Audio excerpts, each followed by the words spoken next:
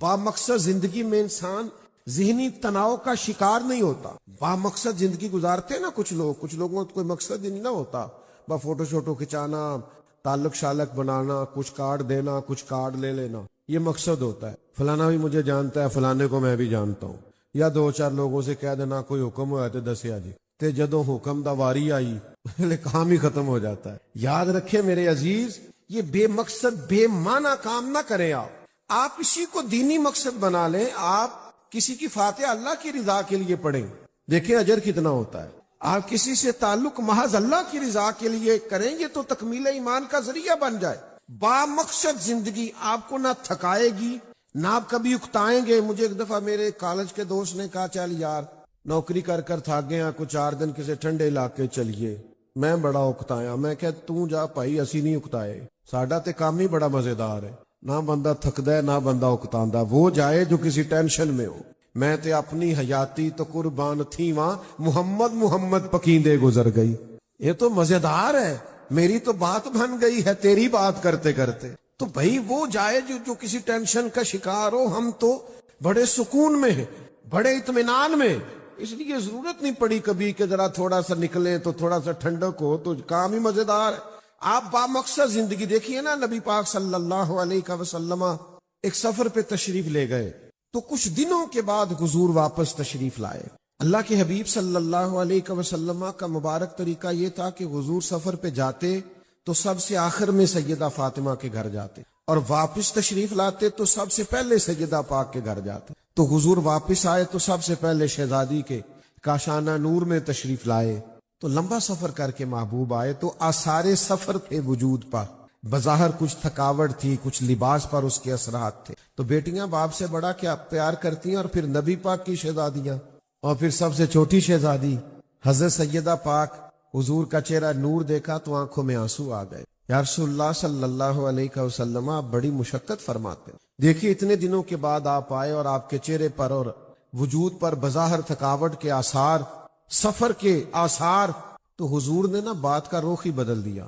ہمیں تو کوئی ہمارا بچہ ایک دکھ سنائے تو ہم کہنا ہے پتر تینوں پتہ ہی نہیں میں بڑی دکھی زندگی گزاری. ہمارے پاس پیچھے 900 صفحہ باقی ہوتا ہے دکھوں کا. ہم تو اور زیادہ 4 آزمائشیں اپنی سنا دیتے ہیں. لیکن اللہ کے حبیب علیہ السلام نے بات کا رخ بدل دیا. حضور فرمانے لگے فاطمہ آپ کے والد کو اللہ نے بڑے مقاصد کے لیے دنیا میں بھیجا. ہم بڑے مقاصد لے کے دنیا میں آئے، ہمارے مقاصد بڑے. انسان ایک وقت ایسا آتا ہے جب وہ کاروبار زندگی سے اکتانے لگتا. ایک ہی کام اور ایک ہی طرح کے کام روز کر کے اس کی طبیعت بے چین ہونے لگتی. پھر وہ ڈھونڈنا شروع کر دیتا ہے میں کون ہوں، کہاں سے آیا ہوں، مقصد حیات کیا ہے. دراصل مجھے اپنے آپ کو پانا ہے، اپنے آپ کو تلاش کرنا ہے. بہت سارے لوگ اپنی تلاش میں بڑی دور نکل جاتے ہیں. ہم نے دیکھا ہے وہ مختلف موٹیویشنل اسپیکرز کے ہتھے چڑھ جاتے ہیں، فلسفیوں کے ہتھے چڑھ جاتے ہیں. زندگی کی گتھیاں سلجھاتے خود بہت زیادہ الجھ جاتے. فلاں ادیب یہ کہہ رہا تھا، فلاں شاعر یہ کہہ رہا تھا، فلاں قول میں نے اس طرح پڑھ لیا ہے، آج فلاں نے یہ بات کر دی ہے. میرا خیال ہے میری طرف دیکھ رہے ہیں آپ سارے. یہ انسان میں ایک وقت میں یہ دائیہ پیدا ہوتا ہے. دنیا میں بہت سارے لوگ ہیں جو اپنے آپ کو تلاش کرتے کرتے معاذ اللہ گمراہی کی طرف چلے گئے. اقبال نے بھی ایک جگہ پہ کہا تھا کہ ڈھونڈتا پھرتا ہوں اے اقبال اپنے آپ ہی گویا مسافر آپ ہی منزل ہوں میں. تلاش کرتا ہے آدمی. تو بہت سارے لوگ اس تلاش کے اندر بہت سارے غلط رستوں پہ بھی نکل گئے. تو اپنی تلاش کیسے ہوگی، ہم اپنے آپ کو کیسے ڈھونڈیں گے اور اپنے آپ کو کیسے پائیں گے؟ اس کا ایک ہی حل ہے کہ پہلے ہم ڈھونڈیں کہ ہمارا خالق کون ہے، ہمارا مالک کون ہے، رازق کون ہے، پرورش کرنے والا رب کون ہے. پھر جب ہم یہ تلاش کرنے لگے تو پھر آپ کو پتہ ہے خالق کو، مالک کو، رازق کو ڈھونڈتے ڈھونڈتے بھی لوگ بڑے بڑے غلط رستوں پہ چل نکلے. معاذ اللہ لوگوں نے بتوں کو پوجا، درختوں کی، پتھروں کی، سورج کی اور چاند کی پوجا کر کے لوگ کفر کی طرف بڑھے. تو آخر حل کیا ہے؟ کس طرح انسان حقیقت تک رسائی حاصل کر سکتا ہے؟ کس طرح وہ اپنے آپ کو اور اپنے رب کو پا سکتا ہے؟ تو یاد رکھیے گا اس کا صرف ایک ہی رستہ ہے، اس کا صرف ایک ہی طریقہ ہے، وہ صرف ایک ہی بارگاہ ہے جو ہمیں ہم سے بھی آشنا کرائے گی اور ہمارے رب سے بھی ہمارا رابطہ کرائے گی، اور وہ ذات ہے ذات مصطفیٰ صلی اللہ علیہ۔ بس کرے تصویروں والے بھائی بیٹھ جائیں، پیارے بھائی بیٹھ جائیں، یہ کوئی سیاسی جلسہ ہے یار، حد ہوگی، دینی اجتماع، اس کے ادب کو سمجھیں آپ۔ یہ سارا جلسہ بھی بغیر تصویروں کے ہو سکتا ہے، مہربانی کریں اس کے آداب کو سمجھیں، اطمینان سے سب بیٹھ جائیں محبت کے ساتھ، یہ ادب والی محفل۔ اللہ تعالیٰ آپ سب کو جزائے خیر عطا فرمائے۔ وہ تو سیاسی جلسے ہوتے ہیں نا، مطلب فوٹو کھینچ کے بتانا کہ اننے بندے میرے نال نے، اگلا ٹکٹ میرا بند ہے، تے سانو تے کسی ٹکٹ دی لوڑ ہی نہیں، سانو تخت ہزارے دی لوڑ کی ہے، نالے کی لگے شہر بمبول دے نال، اسی تے اپنی بال کے سیکنے ہیں۔ تو مہربانی کریں، یہ اس سے تکلف بڑھتا ہے۔ بات جو آیا ہے حضور کی بارگاہ میں، جو بندہ سب سے پیچھے کھڑا ہے وہ بھی مہمان خصوصی، اس لیے کہ یہ سرکار کی محفل ہے، سب مہمان خصوصی ہیں۔ میری ڈیوٹی تھی آج بات کرنے کی تو میں یہاں بیٹھ گیا ہوں، جس دن کسی اور کی ڈیوٹی ہوگی میں وہاں بیٹھ جاؤں گا۔ بھائی اتنی سی بات ہے، باقی کوئی بڑا چھوٹا نہیں، ہم سب ایک جیسے۔ تو بات پر توجہ کریں، بزم کی روحانیت کو سمجھیں، اس کی روح کو جانیں، یہ اصل کیا ہے۔ تو نبی کریم علیہ السلام کی ذات واحد ذریعہ ہے اللہ تعالیٰ کی بارگاہ تک رسائی کا۔ قرآن مجید نے خود ارشاد فرمایا، یا ایھا الناس قد جاءکم برہان من ربی، اے لوگو یہ جو تمہارے پاس نبی کریم علیہ السلام آئے ہیں تو یہ تمہارے پاس تمہارے رب کی طرف سے دلیل آ گئی۔ اب ان کی ذات اتنی بڑی دلیل ہے کہ جو ذات مصطفیٰ تک پہنچ گیا وہ ذات خدا تک پہنچ گیا۔ اور پھر اللہ تعالیٰ کو لوگ پانا چاہتے ہیں، اس کی معرفت چاہتے ہیں، اپنے رب کریم کی انوار و تجلیات سے فیض یاب ہونا چاہتے ہیں۔ اس کے لیے بہت سارے سلاسل طریقت ہیں، لوگ مختلف طریقوں سے تربیت پاتے ہیں، وظائف کرتے ہیں، تہجد میں اٹھتے ہیں، لمبی دعائیں مانگتے ہیں، اپنے آپ کو بہت ساری پابندیوں میں رکھتے ہیں تاکہ اللہ کی بارگاہ تک پہنچ جائیں۔ تو رب کہتا ہے مجھ تک آنا ہے تو رستہ بڑا آسان ہے، قل ان کنتم تحبون اللہ فاتبعونی یحببکم اللہ، اے محبوب آپ ان سے فرما دیں اگر یہ اللہ سے محبت کرنا چاہتے ہیں تو آپ ان سے فرمائیں میری پیروی کرو، یحببکم اللہ، اللہ خود تم سے محبت فرمائے گا۔ نبی پاک علیہ السلام کی پیروی کرنا، حضور کے بتائے ہوئے رستے پہ چلنا، یہی وہ ایک واحد ذریعہ ہے جو انسان کو معرفت والا کرتا ہے، عارف بناتا ہے، اس کے دل کو روشن کرتا ہے، اس کی روح کو پاک کرتا ہے، اسے اس تک اور اس کے رب تک وہ رسائی حاصل ہوتی۔ اور اگر کوئی کہے کہ میں حضور کی سنت کا، شریعت کا رستہ چھوڑ کے کوئی اور رستہ اختیار کروں اور میں حقیقت تک پہنچ جاؤں تو یہ ہو سکتا، اس لیے کہ یہ واحد رستہ ہے، نبوت کا دروازہ بند ہے۔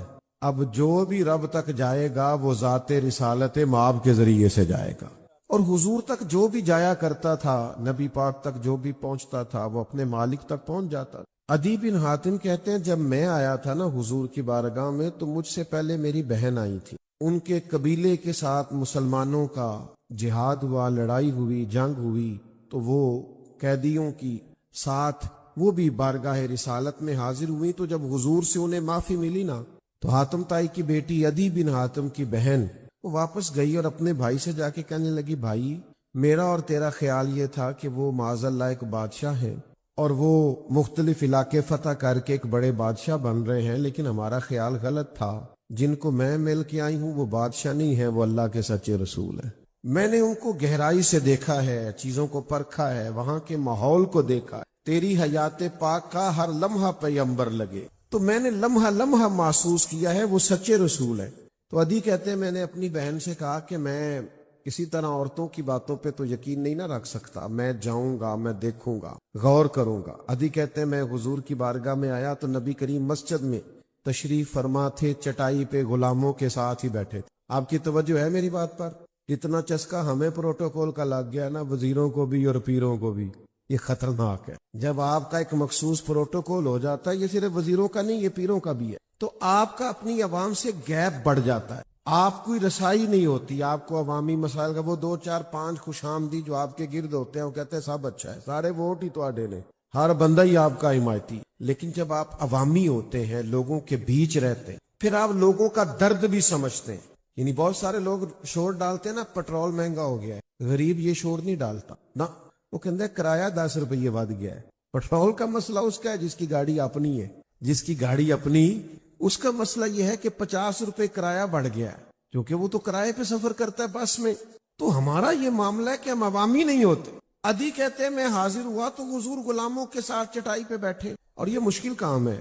جو لوگ انسانی حقوق پہ بڑا سبق پڑھاتے ہیں نا, ان کے اور ان کے ڈرائیور کا لباس دیکھ کے آپ کو پتہ چل جائے گا یہ کتنے انسانی حقوق کے علمبردار. ان کے اور ان کے ملازم کا رہن سہن پتہ چل جائے گا آپ کو کتنے یہ برابری کے قائل ہیں. لیکن حضور غلاموں کے بیچ بیٹھے, ایک سمت علی ایک سمت عمر صدیق, ادھر عثمان ادھر. بھلا ان جگمگ جگمگ تاروں میں مہتاب کا عالم کیا ہوگا. حضور غلاموں کے بیچ بیٹھے. ادھی کہتے دور سے دیکھا تو میرے دل پہ چوٹ لگی, یہ بادشاہ ہوتے تو لشکر ہوتا, کوئی تخت ہوتا, کوئی ہٹو بٹو کی داستانیں ہوتی. یہ جو غلاموں کے بیچ بیٹھے ہیں نا, یہ سچے رسول ہیں. لیکن فرماتے ہیں پھر دوسرے ہی لمحے میرے دل میں خیال آیا مسجد تو کچی ہے, یہ جگہ تو سادہ ہو سکتا ہے, گھر بڑا پکا ہو. یہ بھی کئی دفعہ مسئلہ ہوتا ہے نا کہ پیر صاحب کے والد صاحب کے دربار کے بالے کھڑے رہتے ہیں پر کوٹھی ان کی تیار ہو جاتی. یہ بھی کئی دفعہ مسئلہ ہوتا ہے. دربار شریف زیر تعمیر ہے, پٹی لگی اور گھر کمپلیٹ ہو گیا کئی دفعہ, اللہ ماشاءاللہ. کہا نا اقبال نے, ہم کو تو میسر نہیں مٹی کا دیا بھی, اور گھر پیر کا بجلی کے چراغوں سے ہے روشن. ادھی کہتے ہیں کہ میرے دل میں خیال آیا کہ شاید گھر بہت بڑا ہو, تو چونکہ میرے دل میں ہی خیال آیا تھا تو خیال آیا کہ مسلمان نیک و بد پہچان جاتے ہیں اور محمد آدمی کے دل کی باتیں جان جاتے ہیں. تو حضور علیہ السلام نے فرمایا چلو آپ کو گھر لے چلتے. کہتے ہیں میں عام امام کے گھر نہیں جا رہا تھا, نبیوں کے امام کے گھر جا رہا تھا, رسولوں کے امام کے گھر. او دوستو سنو, سادگی کا درس دینا آسان ہے اور سادگی اختیار کرنا مشکل ہے. کہتے ہیں میں امام الانبیاء کے گھر گیا, ایک مشکیزہ, ایک چارپائی, ایک چٹائی بچھی ہوئی. کہتے ہاتھ بڑھائیں تو گویا ہاتھ چھت تک پہنچ جائیں. محبوب نے سادی سی چٹائی پہ مجھے بٹھایا, کھجوریں لے کے آئے اور دودھ لے کے آئے. فرماتے ہیں وہ میری طرف کھجوریں نہیں بڑھ رہی تھی, ایمان بڑھ رہا تھا. میں نے کہا جن کا گھر اس طرح کا ہو وہ اللہ کے سچے رسول ہیں. ادھی کہتے ہیں میں سمجھ گیا, پہنچا حضور تک تھا, سمجھ مجھے رب کریم کی بارگاہ تک لے گئی. نبی کریم تک جو پہنچ جائے وہ اللہ تک پہنچ جاتا ہے. ادھی کہتے ہیں میں مسلمان ہو گیا. میرے دوستو یاد رکھنا, نبی پاک علیہ السلام کی بارگاہ ایسی بارگاہ ہے کہ جو کریم تک پہنچے, با مصطفیٰ بے رساں خیچ را کے دی ہماؤس, جو حضور کے قدموں تک پہنچ گیا کل دین تک پہنچ گیا. نبی پاک کے اخلاق آپ کو دین تک لے جائیں گے, حضور کا کردار آپ کو دین تک لے جائے گا. آپ سیکھنا چاہتے ہیں, آپ سمجھنا چاہتے ہیں, آپ بدلنا چاہتے ہیں, آپ اپنی زندگی کے اندر مثبت تبدیلیاں چاہتے ہیں, بالکل ادھر ادھر نہ ہونا کسی موٹیویشنل اسپیکر سے اور کسی وائس سے اور کسی خطیب سے. محض اگر وہ ذاتی بات کر رہا ہو تو اس سے آپ ڈائریکٹ نہ چیزوں کو لینا. آپ نے اگر سخاوت سیکھنی ہے تو پھر بھی مدینے والے محبوب سے سیکھ. آپ نے رشتے نبھانا سیکھنا ہے تو رسول رحمت سے سیکھو. آپ کو اپنی زندگی کو مشن والی زندگی اگر بنانا ہے, یعنی با مقصد زندگی, یہ اس میں بندہ بور نہیں ہوتا. با مقصد زندگی میں انسان ذہنی تناؤ کا شکار نہیں ہوتا. با مقصد زندگی گزارتے ہیں نا کچھ لوگوں کو کوئی مقصد ہی نہیں نہ ہوتا, با فوٹو شوٹو کھچانا, تعلق شالق بنانا, کچھ کارڈ دینا, کچھ کارڈ لے لینا, یہ مقصد ہوتا ہے. فلانا بھی مجھے جانتا ہے, فلانے کو میں بھی جانتا ہوں. یا دو چار لوگوں سے کہہ دینا کوئی حکم ہوا تو دسیا جی, تے جدوں حکم دا واری آئی کام ہی ختم ہو جاتا ہے. یاد رکھیں میرے عزیز, یہ بے مقصد بے معنی کام نہ کریں. آپ اسی کو دینی مقصد بنا لیں. آپ کسی کی فاتحہ اللہ کی رضا کے لیے پڑھیں, دیکھیں اجر کتنا ہوتا ہے. آپ کسی سے تعلق محض اللہ کی رضا کے لیے کریں, یہ تو تکمیل ایمان کا ذریعہ بن جائے. با مقصد زندگی آپ کو نہ تھکائے گی نہ آپ کبھی اکتائیں گے. مجھے ایک دفعہ میرے کالج کے دوست نے کہا چل یار نوکری کر تھک گئے ہیں, کچھ 4 دن کسی ٹھنڈے علاقے چلیے. میں بڑا اکتایا, میں کہ تو جا بھائی, اسی نہیں اکتائے, ساڈا تے کام ہی بڑا مزیدار ہے, نہ بندہ تھکدا ہے نہ بندہ اکتاندا. وہ جائے جو کسی ٹینشن میں ہو. میں تے اپنی حیاتی تو قربان تھی وہاں, محمد محمد پکیندے گزر گئی. یہ تو مزیدار ہے, میری تو بات بن گئی ہے تیری بات کرتے کرتے. تو بھائی وہ جائے جو کسی ٹینشن کا شکار ہو. ہم تو بڑے سکون میں ہیں, بڑے اطمینان میں, اس لیے ضرورت نہیں پڑی کبھی کہ ذرا تھوڑا سا نکلیں تو تھوڑا سا ٹھنڈک ہو, تو کام ہی مزیدار ہے. آپ با مقصد زندگی دیکھیے نا. نبی پاک صلی اللہ علیہ وسلم ایک سفر پہ تشریف لے گئے, تو کچھ دنوں کے بعد حضور واپس تشریف لائے. اللہ کے حبیب صلی اللہ علیہ وسلم کا مبارک طریقہ یہ تھا کہ حضور سفر پہ جاتے تو سب سے آخر میں سیدہ فاطمہ کے گھر جاتے، اور واپس تشریف لاتے تو سب سے پہلے سیدہ پاک کے گھر جاتے۔ تو حضور واپس آئے تو سب سے پہلے شہزادی کے کاشانہ نور میں تشریف لائے۔ تو لمبا سفر کر کے محبوب آئے تو آثار سفر تھے وجود پر، بظاہر کچھ تھکاوٹ تھی، کچھ لباس پر اس کے اثرات تھے۔ تو بیٹیاں باپ سے بڑا کیا پیار کرتی ہیں، اور پھر نبی پاک کی شہزادیاں، اور پھر سب سے چھوٹی شہزادی حضرت سیدہ پاک، حضور کا چہرہ نور دیکھا تو آنکھوں میں آنسو آ گئے۔ یا رسول اللہ صلی اللہ علیہ وسلم، آپ بڑی مشقت فرماتے ہیں، دیکھیے اتنے دنوں کے بعد آپ آئے اور آپ کے چہرے پر اور وجود پر بظاہر تھکاوٹ کے آثار، سفر کے آثار۔ تو حضور نے نا بات کا رخ ہی بدل دیا۔ ہمیں تو کوئی ہمارا بچہ ایک دکھ سنائے تو ہم کہنا ہے پتر تینوں پتہ ہی نہیں میں بڑی دکھی زندگی گزاری، ہمارے پاس پیچھے 900 صفحہ باقی ہوتا ہے دکھوں کا، ہم تو اور زیادہ 4 آزمائشیں اپنی سنا دیتے ہیں۔ لیکن اللہ کے حبیب علیہ السلام نے بات کا رخ بدل دیا۔ حضور فرمانے لگے فاطمہ، آپ کے والد کو اللہ نے بڑے مقاصد کے لیے دنیا میں بھیجا ہے، ہم بڑے مقاصد لے کے دنیا میں آئے، ہمارے مقاصد بڑے۔ فرمایا نہ کوئی مکان کچا بچے گا، نہ پکا بچے گا، نہ کوئی جھونپڑی بچے گی جہاں اللہ دین کے پیغام کو پہنچا نہیں دے گا۔ تو ہمیں اس کے لیے محنت تو کرنی ہے نا، پھر نکلنا تو ہے نا، پھر سفر تو کرنا ہے۔ تو نبی پاک علیہ السلام کی اخلاق، کردار یہ آپ کو بتائے گا جینا کیسے، آپ کو سمجھ آئے گی، آپ اپنے آپ سے آشنا ہوں گے، اپنے خالق اور مالک سے آشنا ہوں گے۔ اپنے آپ سے آشنا ہوں گے تو زندگی گزارنے کا لطف آئے گا۔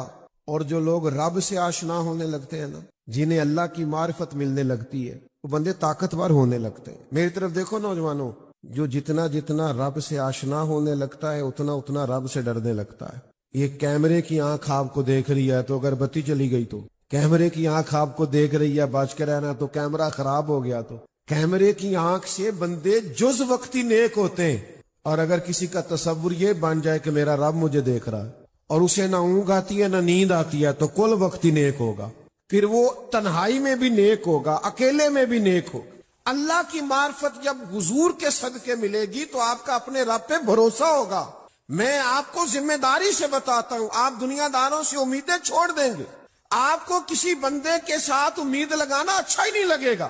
جس کو رب پر توکل نصیب ہو جائے وہ دنیا کا سب سے طاقتور آدمی ہو، مضبوط ہوتا ہے، اسے اللہ پہ بھروسہ۔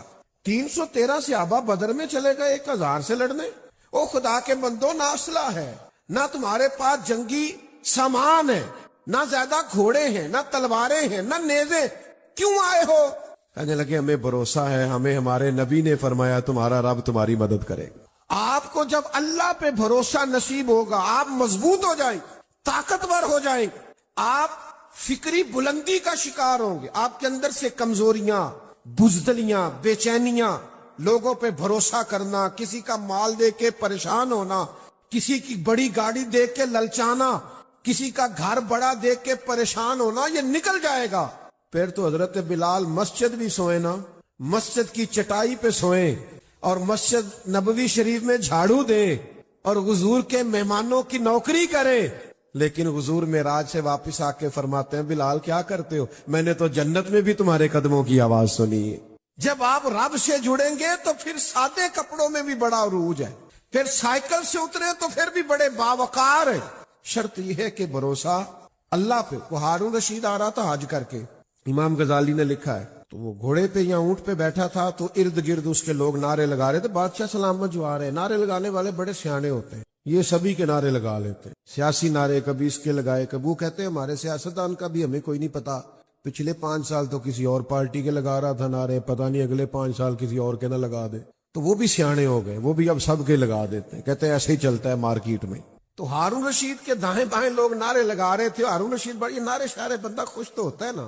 ہماری گاڑیوں پہ جب پھول گرتے ہیں اور لوگ پیچھے بھاگتے ہیں تو نفس تو تسکین پاتا ہے نا، یہ معاملہ ہوتا تو ہے، اللہ تعالیٰ محفوظ کرے۔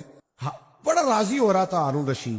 اچانک ہارون رشید کی نظر پڑی تو ایک ٹیلے پہ حضرت بہلول دانا بیٹھے تھے، سادہ آدمی مٹی میں بیٹھا ہے بغیر چٹائی، اسی کسی دے کچھ بھی نہیں لگ دے، نہ کوئی ساڈا دردی، بیٹھے آرام سے۔ اور ہارون رشید کی طرف دیکھ کے نا تو حضرت بہلول دانا ہلکا ہلکا مسکرا رہے ہیں، ہنس رہے ہیں۔ تو یہ بعض لوگوں کی ہنسی بڑی معنی خیز ہوتی، ہارون رشید گھوڑے سے اترا، سارا مجمع وہیں کھڑا کیا، اور ہارون رشید جا کے حضرت بہلول دنا سے کہا السلام علیکم. فرمایا وعلیکم السلام. ہنس کیوں رہے تھے؟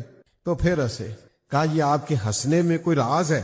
تو حضرت بہلول دنا فرمانے لگے ہنس اس لیے رہا تھا کہ یہ جو لوگ تیرے نہیں نعرے لگا رہے، یہ تجھ سے پہلے والے بادشاہ کے بھی اسی طرح ہی نعرے لگاتے، اور تیرے بعد والے کے بھی نعرے، پر تو بڑا عجیب آدمی ہے، تو بڑا راضی ہے کہ میرے نعرے لگ رہے ہیں. یہ تو سب کے لگتے ہیں، تیرے لگ رہے ہیں تو کیا اس میں خوش ہونے والی کیا بات؟ تو ہارون رشید پر بڑا اثر ہوا. بڑے لوگ جو ہوتے ہیں ظاہر ہے ان کے کوئی تقیہ کلام ہوتے ہیں، تو بڑے لوگوں کا تقیہ کلام تھا، وہی اس کا بھی تھا. کہنے لگا حضرت میں نے سنا ہے آپ پر کچھ قرضہ ہے، مجھے حکم دیں میں آپ کا قرض اتار دوں، حکم کریں.